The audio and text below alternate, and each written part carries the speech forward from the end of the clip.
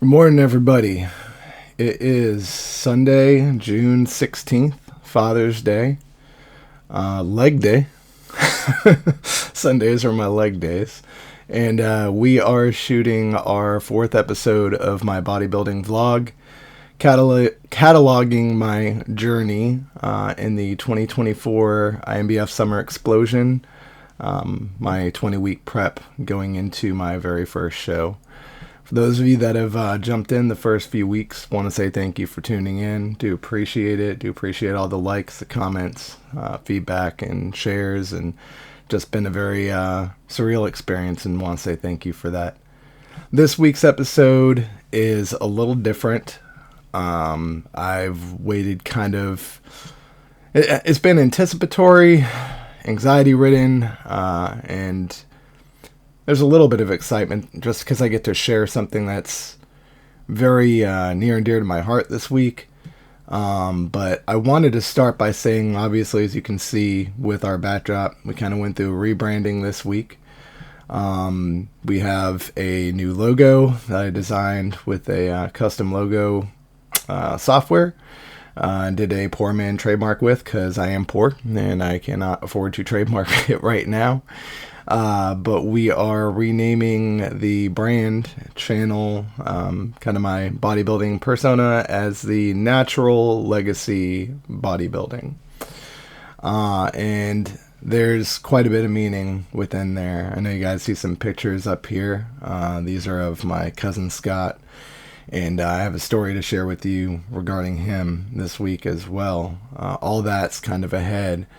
But I wanted to talk to you kind of about how we are changing up the format a little bit as well. We are going to be doing cornerstone episodes. So every 3 or 4 weeks, we're going to get into a topic that is important to me, that has made an impact on me, and that I feel is just a good conversation point topic for everybody to kind of have good discussion, learn from, be motivated by, inspired by, so forth. So this is the first cornerstone episode I'll be recording, and it is called, basically we're talking about legacy. More importantly, I wanted to let you guys know we're talking lifelong legacy. And you will see what I mean by that throughout the episode. I'm going to try my very best to keep it together, because this is difficult to talk about this week. But if I need a moment or two, hopefully respectfully, you guys can understand that after hearing kind of what's going on, and appreciate that.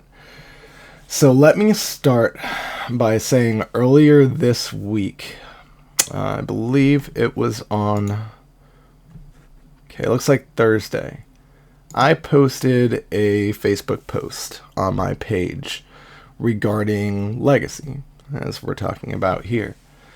And more importantly, I wanted to hear from people in anticipation of this recording here, as far as what legacy meant to them, what steps they're doing to leave their own mark, who has had an impact on their life after they were gone, and what did they do to kind of cement their legacy in that person's eyes. So I was hopeful I'd get, a couple people to post and respond to this. And I was fortunate that actually quite a few of my buddies chimed in and left their words for me. And I'm not going to read every reply word for word. I am going to get into some keywords, because a lot of this is important in what I have to talk about this week. My buddy Rich was the first one to chime in. And, the key points, obviously, with his are those of you that are near and dear. As far as what he's doing, he wants to strive for more. He's constantly pushing himself, remaining grounded, and he's kind of working hard for his daughter. Thought that was pretty cool, right? So then I have my buddy Lamont chime in here, and he talks about how legacy is, everlasting. It's many generations, and they influence those future generations. And what steps he was taking, as being the keywords: authentic, transparent, person of God, holding firm in his belief system, so forth. And who has left an impact in his eyes was his grandmother. So already we see a daughter, we see a grandmother. We're kind of getting a little theme going here, and I think that's going to continue as we move down. Go to my buddy James Estep, whose 40th birthday was yesterday. So happy birthday, Jimmy. Had a great time spending that day with you and enjoying some can jam and good company. I needed that this week.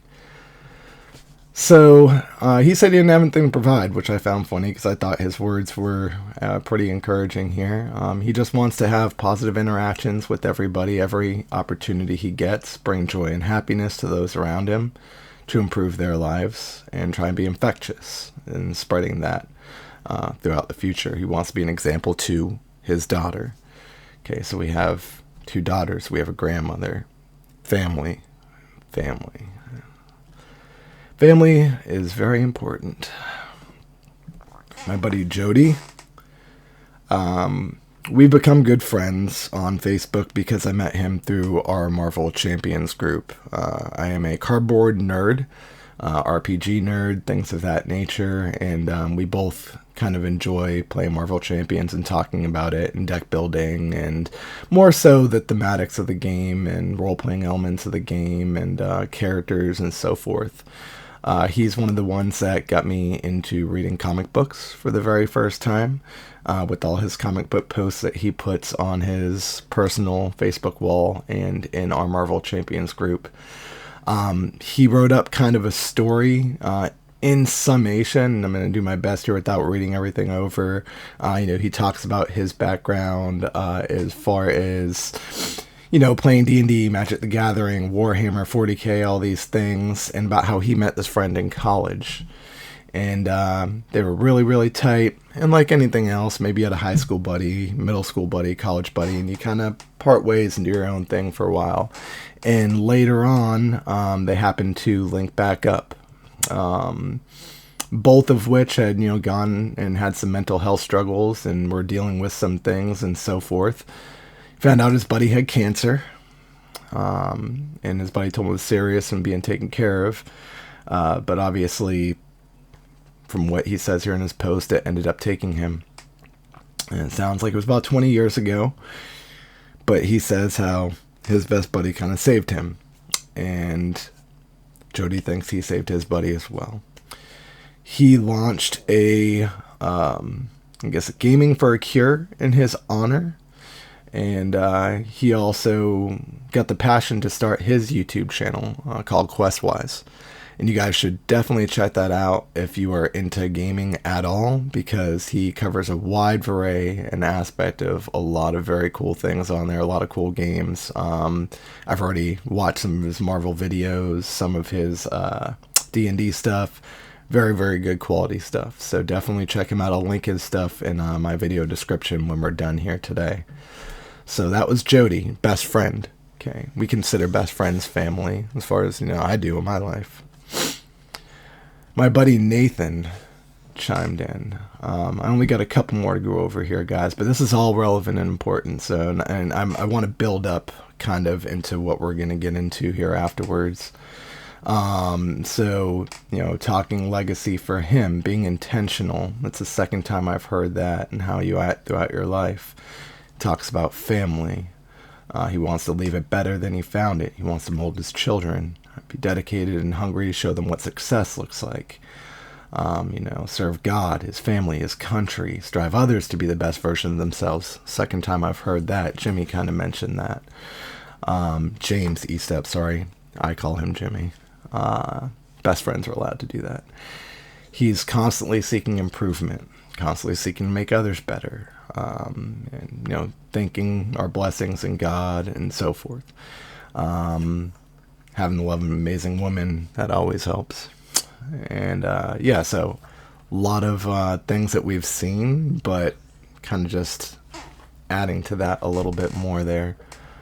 And then the last one was my buddy Sean Floyd, who is a previous coworker of mine at Nova. Very good guy. I learned a lot through him. We had a lot of very kind of close conversations over the years as we get to know each other. And he talks about it being emotion or feeling that you kind of leave on someone.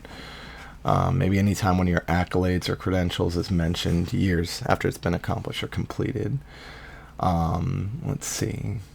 The feelings that people get from that might help them kickstart, their legacy, kind of a pay it forward mentality, things of that nature. Transcending time, influencing others. Very cool stuff. He talks about a little bit about kind of what he's gone through. But he mentions, using your voice and listening to that is what really starts you understanding what it means to begin a legacy. Mentions people like Stone Cold Steve Austin from WWE. It's funny he mentions that because I'm going to have some WWE tie-ins as well. Michael Jordan was one of his favorite guys with Phil Jackson. We had a lot of conversations about them in the Chicago Bulls in the 90s and things like that. Very cool conversations with him regarding it. So that's kind of what he thinks about as far as legacy, and the person he mentions is his dad, because he taught him to love people, see failure as part of legacy, and just appreciating life. Great stuff. A lot of family elements here. God-fearing, just paying it forward mentality. Some great stories. One thing I'll always say, guys, before I lead into this is, you never ever know what somebody is going through. You really don't. And we do a very good job of hiding it a lot of the time. But just be kind. Think about that. It's important. Alright, so we talked about legacy. Let's go ahead and minimize, and let's get into kind of a bit of what's going on here. So I think what I'll do is I'll start with this week's events that kind of led me to do the rebranding, kind of led me to continue this legacy talk, and just want to say, this is going to be a recurring theme for a very, very long time, because it kind of changed me. It's one of those life-altering events this week. So, Thursday evening, I was getting ready for my shower, and just done my evening weigh-in, put that in my log, and tracking everything, preparing my macro for the next day, kind of getting everything in order for Friday morning. I had a lot to do on Friday. I get a phone call from my parents outside of normal hours. It's about 11 o'clock. And I knew it wasn't going to be a good call. 9 o'clock, okay, 9:30, alright. 11 o'clock, I knew something was wrong. So immediately, my mind's kind of racing, and I answer the phone, and my parents are in tears, crying pretty heavily. Asked me if I was sitting down. I said, yeah. And they said they had some news to tell me. And the very first thing I could think of, they're all at the beach this week, is, God, somebody freaking drowned. That was my initial thought, and I'm just like, I really, really hope that's not the case. And fortunately it wasn't. Unfortunately, oh man. They told me that somebody did die. A family member of mine.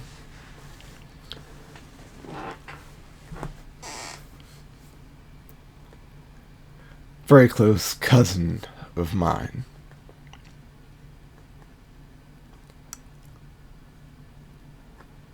Scott DeFreitas.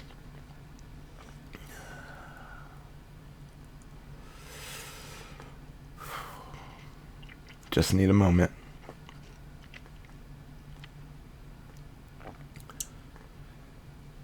I know there's a lot of family and friends tuning into this. As I mentioned, I'd be recording it. They knew Scott for who he was. I knew Scott.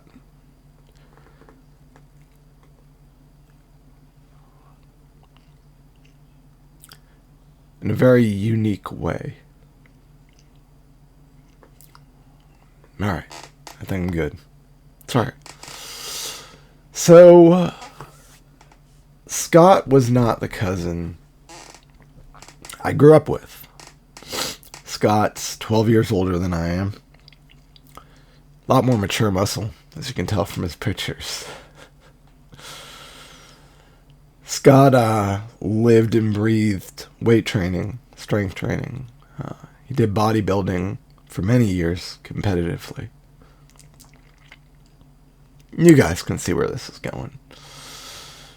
He was a childhood idol of mine.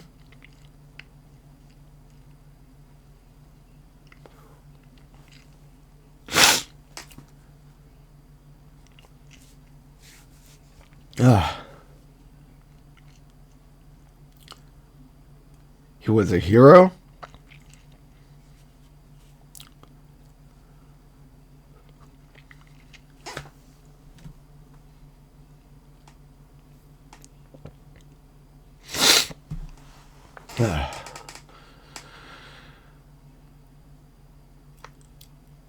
And probably one of the most genuine people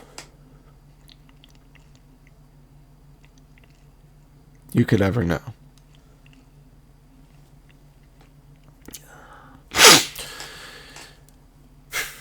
I started having conversations with Scott as a preteen. Not direct. My dad would call him up on Sunday night pay-per-views for WWF during the Attitude Era. The best era. Nobody can prove me otherwise. I'll fight you on that one. And we would go over the matches and talk about outcomes, winners, and what was going on that evening. See, Scott kind of had an inside channel.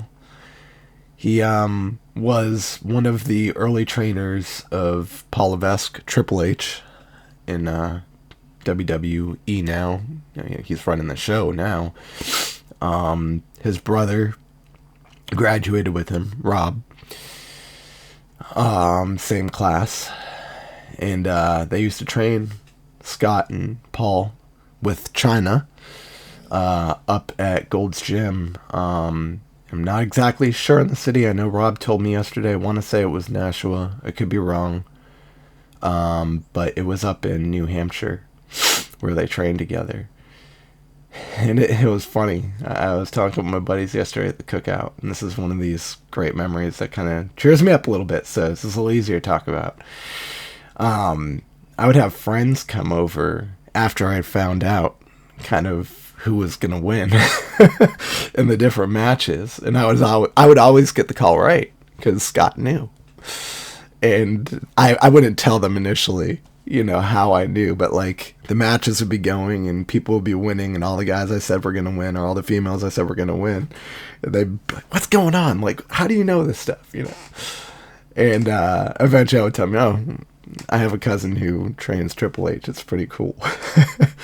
And so that was something neat that just always got me, and being able to have that experience with him and talk those matches. And the Attitude Era was so fun with the the Stone Cold Steve Austins and Undertakers and Kane and The Rock, and it was a really good time.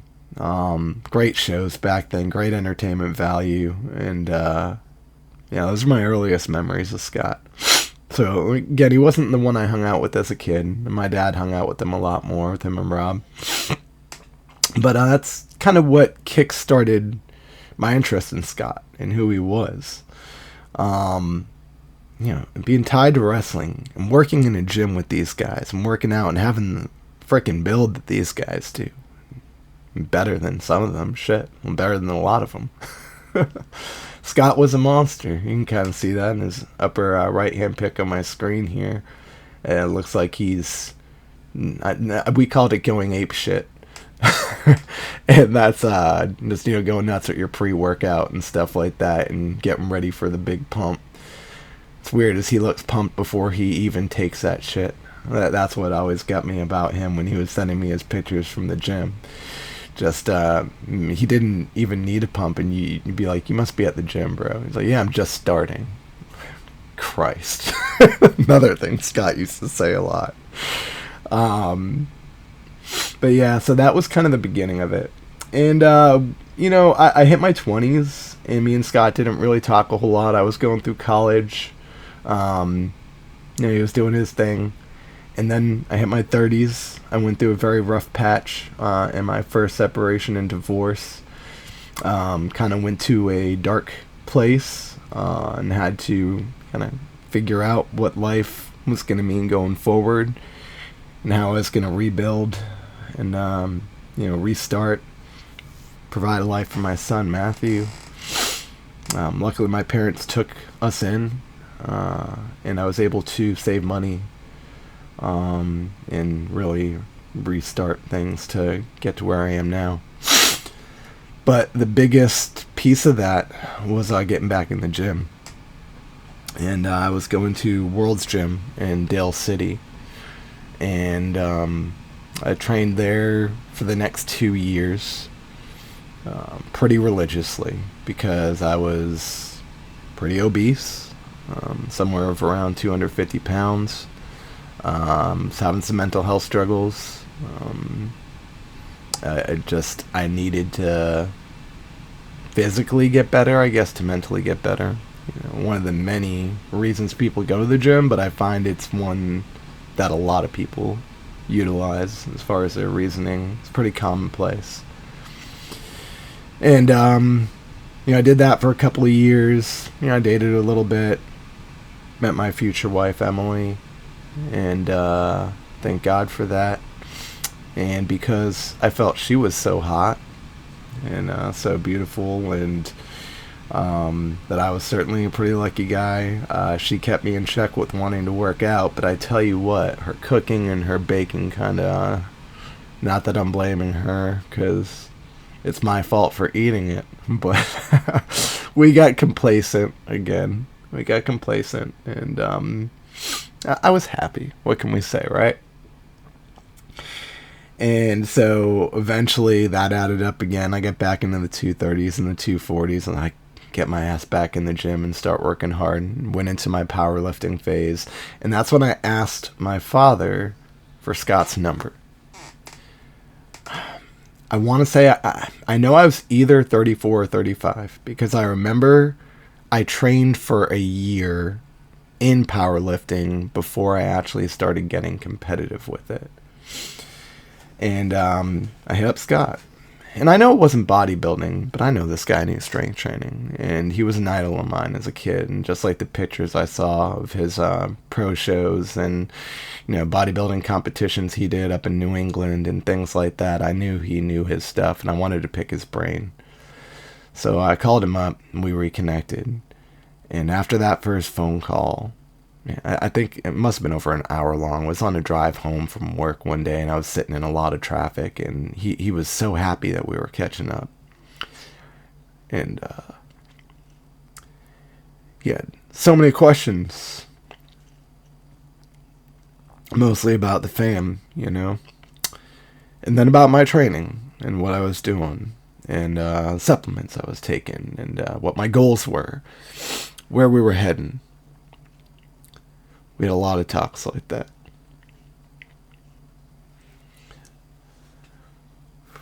And they constantly evolved. And, you know, I'd done powerlifting for those 3 years. We stayed in connection for all of that.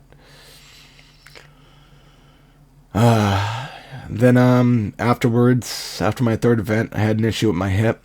Kind of left side giving out on me on trying to go for a state record squat in the USPA. And I knew that was kind of it.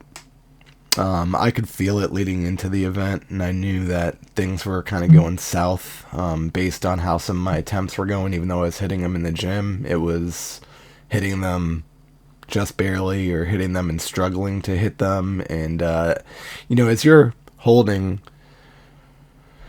some 450, 500, 520, 530 pounds on your back, you know, sitting at 220 body weight, you know, going on 40 years old, you start to get right with Jesus, first of all, and pray that he's going to help you get a free rep and your spine's not going to give out. Thank you for learning good form, Scott, my mentors, my coaches, and all that. Like, those guys were responsible for making sure my form was impeccable so I didn't get injured. But, you know, sometimes the body just doesn't hold out. But I knew heading into my 40s that was it. That I was done. That powerlifting was not going to be a thing. I just cared about my health too much. I cared about my well-being too much, my body. I wanted to be able to do things with my kids and my family.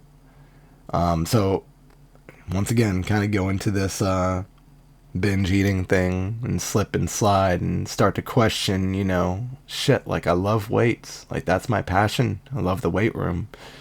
Powerlifting's not it. I'm a competitive guy. I need something.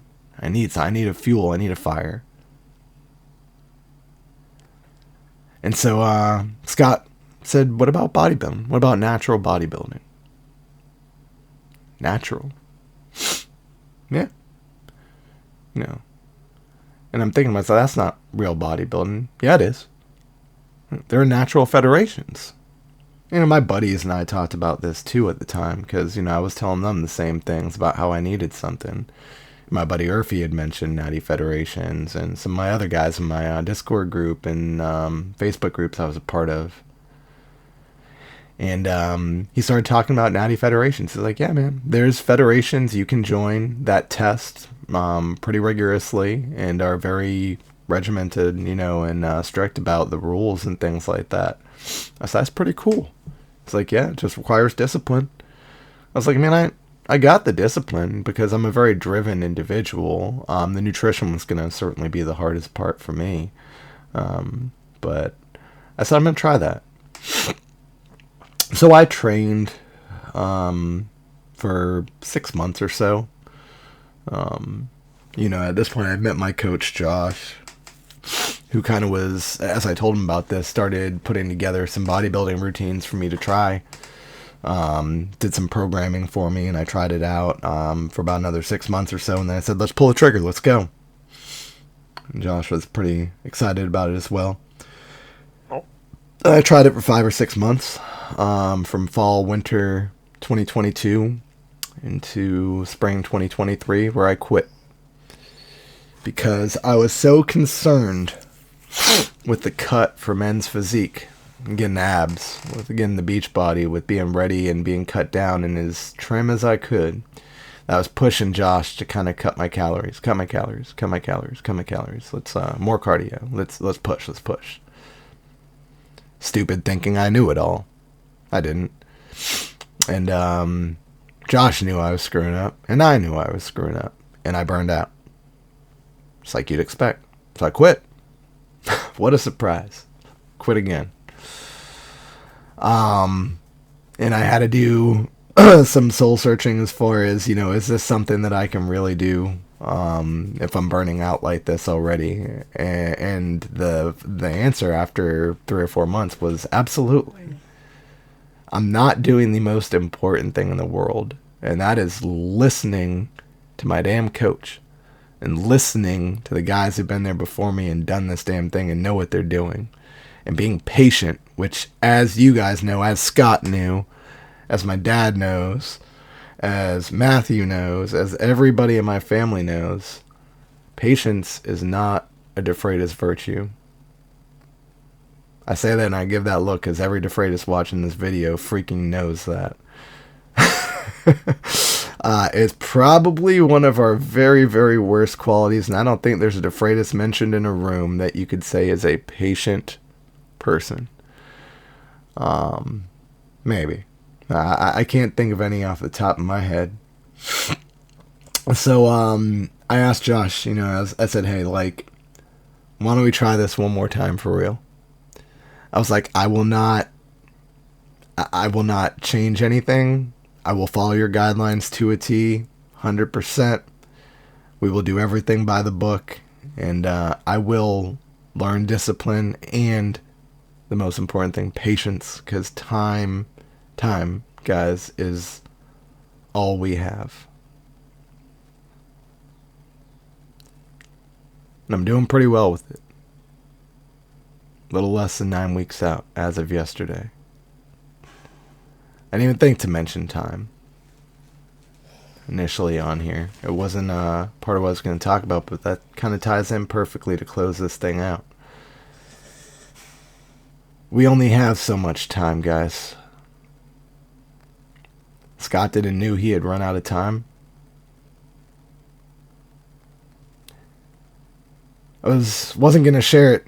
I'm gonna say it. I'm not going to throw it up on the screen or put text up because I rather wouldn't, but I told Rob this yesterday, and this is a thing that eats me more than anything right now in this week. I've been pouring through the texts from Scott, pouring through them for days now since I found out Thursday night. Going through all our conversations from recent weeks and days. Reading everything over and over again just because there's some things that are still haunting me, and I'm trying to process them, but I feel like I still want to connect with him, and it's the grieving process. Scott was the only one who had 100% committed to coming to my show. He had, a couple weeks ago, asked me exactly where it was. I told him. I was up in Naugatuck, Connecticut, by Waterbury. We were staying in Marriott up there. And he's like, yeah, I'm booking it right now. So he sends me his reservation and everything. He told me how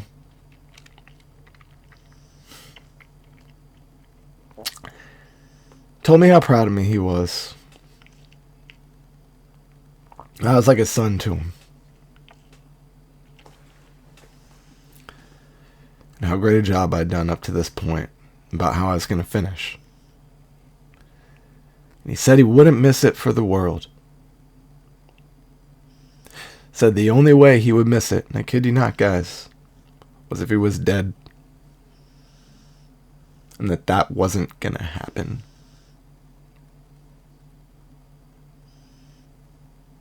Two weeks before he passed. So those of you that think, tomorrow's promised, you're going to make it to that 2-week mark. You're going to make it a month out, 2 months out, year. Just remember, that's not guaranteed.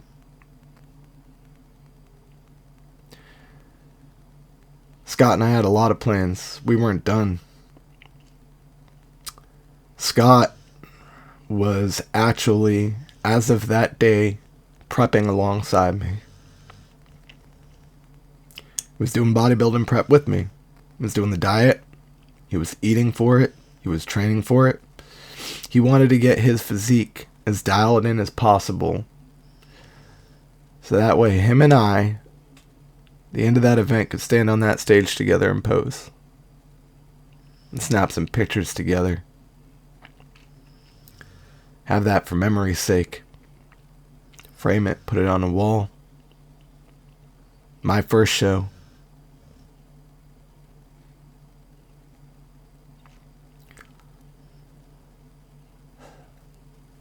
We're not going to get to do that.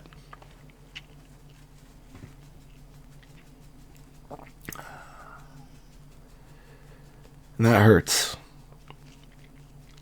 That hurts. But my tribute post to him yesterday on Facebook, I did mention that every pose, every smile, probably some tears, everything I do on that stage, August 17th, it's going to be because of him. I'm doing it for him. I'll be channeling him the whole time. And I will. I know Rob's pouring through some pictures. And I'm hoping that we get some more pictures from his Mr. Main event. I didn't share that one here today, but I might pull it up before this thing's over. Maybe some other shows, because in my posing, I do actually kind of want to take some pointers from his and try and utilize some of his signature poses as my own. Our builds are very different, as you can see. Scott has a lot more mature muscle. He's a lot taller than I am. A lot taller in the traps, much bigger arms, mass monster. We call it Portuguese power, Scott and I. And calls it wicked pissa.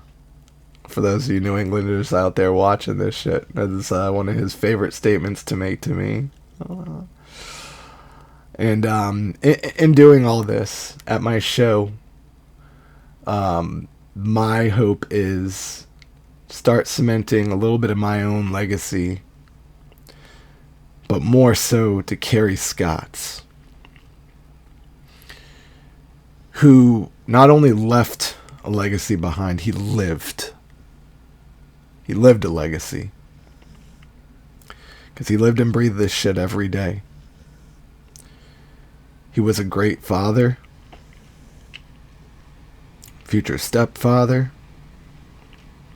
He was a great family member, a great friend,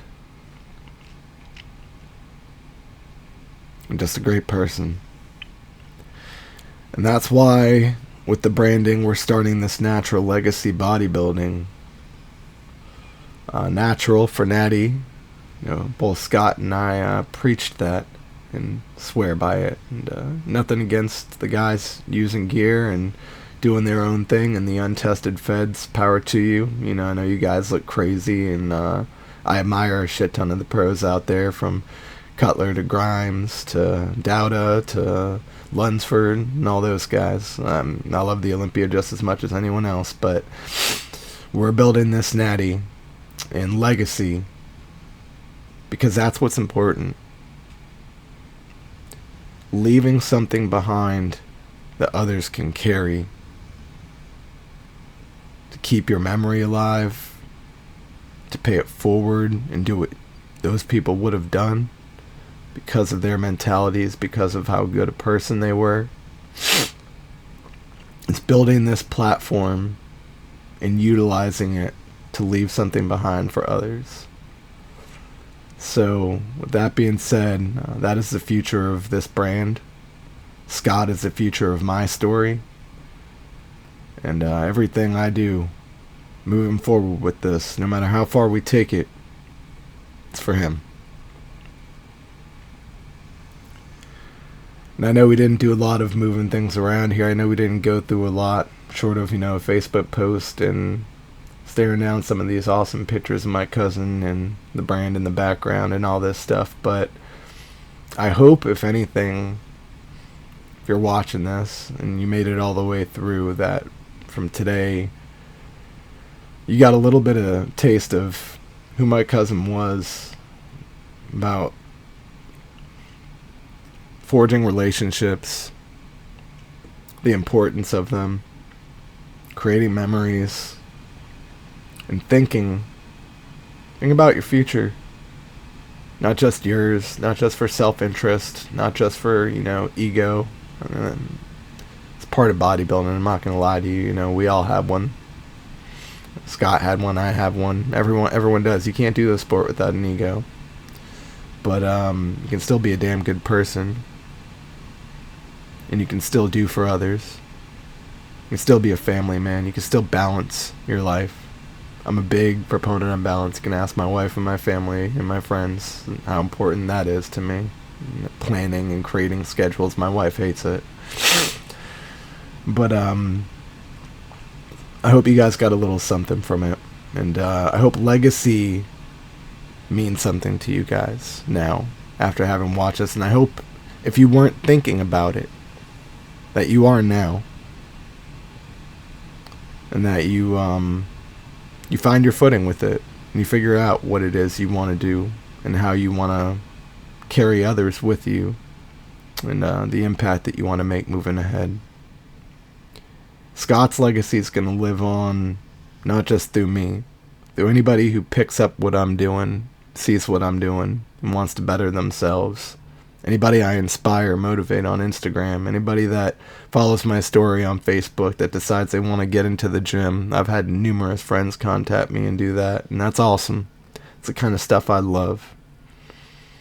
Even started branding my stuff on LinkedIn because, I do want my fitness career to take off, and I do want it to leave a mark, and I do want it to be my future moving ahead. So I'm doing everything I can for it because it's important to me, and I'm tired of waiting. And people aren't just going to give you opportunities all the time, guys. You've got to create them yourself. And again, time is all we have. So if you're thinking, oh, I got time for that, just remember, you might not.